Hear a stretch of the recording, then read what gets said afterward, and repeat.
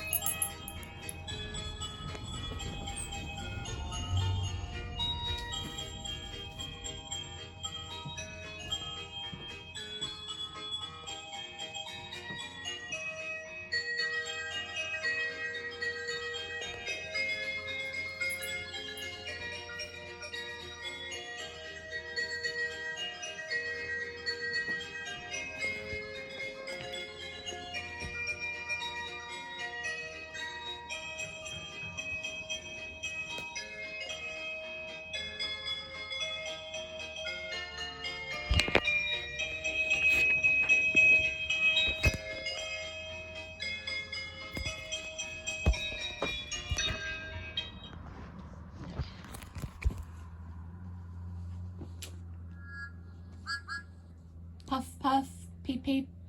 Snowflakes were just starting to fall as Thomas climbed a steep hill.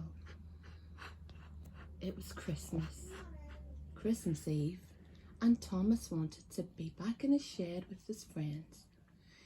The engine stockings were going to be hung soon, and Thomas didn't want to miss that. But Thomas was a really useful engine, and he had 3 very important deliveries to make, and they could not wait.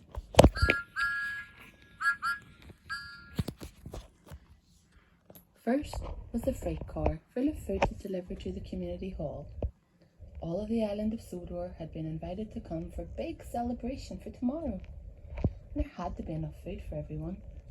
When he arrived, there were many people around to help unload. Everyone was in a jolly mood and the work went quickly.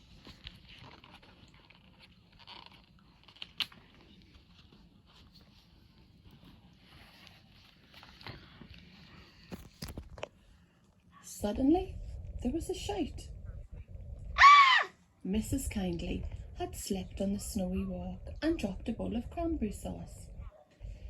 She wasn't hurt. In fact, she looked very funny, covered in the sticky red goo from head to toe. She laughed along with everyone else. Then, when she was back on her feet, she walked over to Thomas and gave him a sticky pat.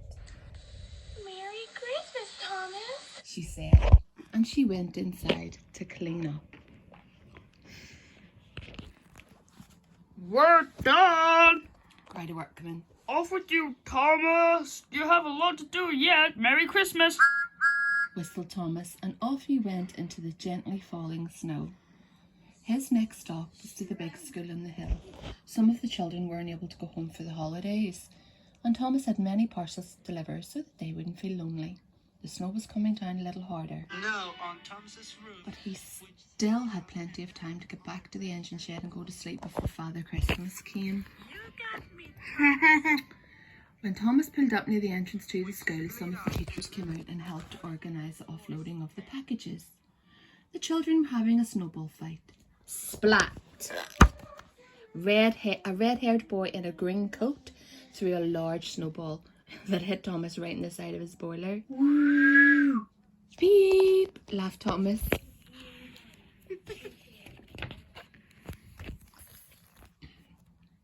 Everyone was helping to unload Thomas now, and he waited until the red-haired boy was standing right beside him. Thomas let out a blast of steam. The steam loosened the snow on Thomas's roof, which slid off and landed right on the red-haired boy's head. You got me, Thomas, Laughed the boy. Soon he was off again. This delivery was the most important of all. Thomas had presents to bring to the Children's Hospital in Vicarstown. All of the children were counting on Thomas to make sure that their Christmas was a happy one. The snow was falling much faster now, and it was starting to get deep in some places. Thomas had to go carefully so as not to get stuck. He kept telling himself The children are The counting. children are counting on me, and this will show Father Christmas what a really useful engine I am. Soon Thomas could see the lights of the hospital falling through the snow. As he pulled up, the children were at the windows, cheering his arrival, while the doctors and nurses helped to unload all of the parcels. So Topham Hatt came out of the hospital. He walked right up to Thomas. Thomas, I have a very important job for you. There's a little boy with a broken leg who lives in the last house before the tunnel to Ballyhoo. It's snowing too hard for his mother to come get his toy train.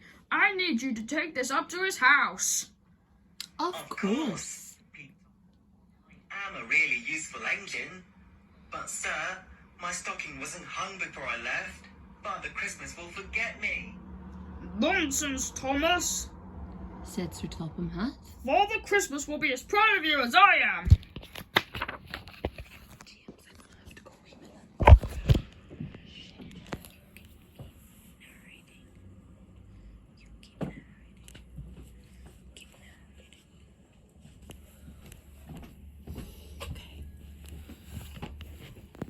So Thomas headed off again. By now the wind was howling all around him. And there was so much snow blowing it was very hard to see. Thomas for once wished he had a snow plough as he moved slowly up the track. Suddenly the wind dropped and there was no more snow. He had missed the house altogether and he had pulled into the tunnel. He stopped and started rolling slowly backwards until he could see the lights of the house next to the tunnel.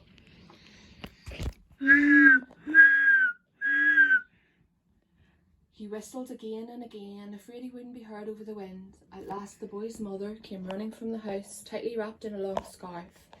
Thomas could see the boy in the doorway waving. Thank you, Thomas. He cried. You're my favorite engine. Then the boy and his mother went back inside and closed the door against the storm. Slowly, slowly, slowly, Thomas made his way home. He worried that Father And some Christmas presents in his stocking. might not be able to find the engine shed in the storm. When he finally got back to the shed, it was very late at night. The Christmas tree was still lit and all of the engine stockings, including Thomas's, hung in a row. Thomas was so tired he was asleep in an instant. He dreamed that he had some presents in his stocking when the morning came. Good morning, Thomas. Merry Christmas. Peeped Percy. Thomas woke with a start. He looked down. There was his stocking, and there was a note sticking out of it. Dear Thomas, thank you for being so kind and helpful. You are a really useful engine. The note wasn't signed, but Thomas thought he knew who it was from. Then he looked in his stocking. It was filled to the top of the thing he wanted the most. Coal.